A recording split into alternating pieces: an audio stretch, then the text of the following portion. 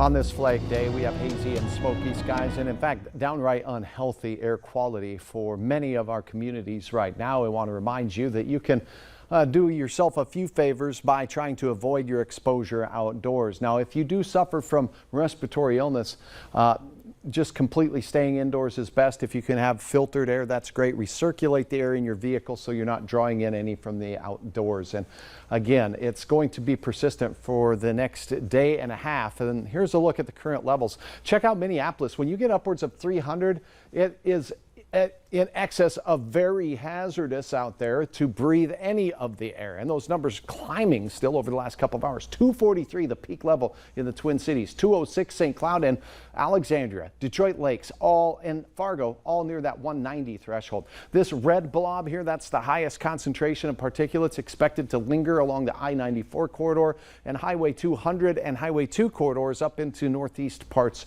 of North Dakota as we go into the evening hours. Tomorrow looks like it's sloshing. It looks like there's some clear air making its way in, but check this out. It lingers in eastern North Dakota, the Southern Valley and Lakes country all day long, with the reds indicating that unhealthy to very unhealthy air quality, with a little bit of a break for our far northeastern and far southwestern and western counties. It's not until Friday we notice some appreciable change. So your first alert weather days continue through the day tomorrow with some improvement expected. There's a little burp of clearer air trying to push its way in. It's not having much luck because there's even more smoke filtering in behind that. Here's the fresh air. Will it get here on Friday?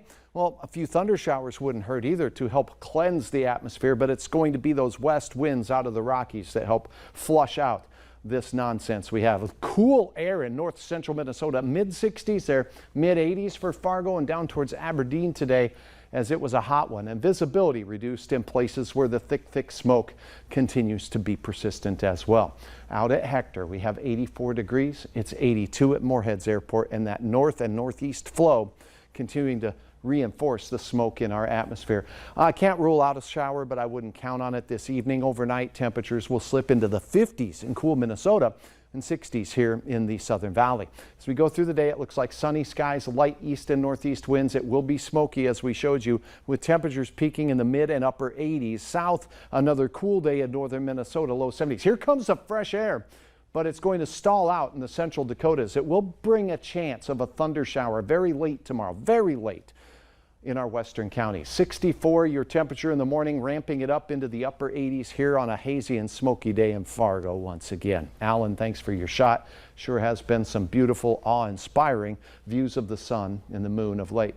Planning forecast, first alert weather day continues on a hot and smoky Thursday. Relief on Friday arrives in the afternoon, in particular from the west, bringing relief from the heat as well in Fargo on Saturday. Father's Day on Sunday. The heat is on. Give Dad a break and a tall glass of lemonade and enjoy that day. Next week, we start with Juneteenth, and the 90s look to be persistent into the early and even late week. So a hot week ahead with only hit and miss shower chances. We've seen a lot of those hot days already this summer. Indeed. Yes. Thanks, Hutch. Strawberry picking season is about to begin. See how this year's crop is doing and why that may depend on the particular farmer. Next.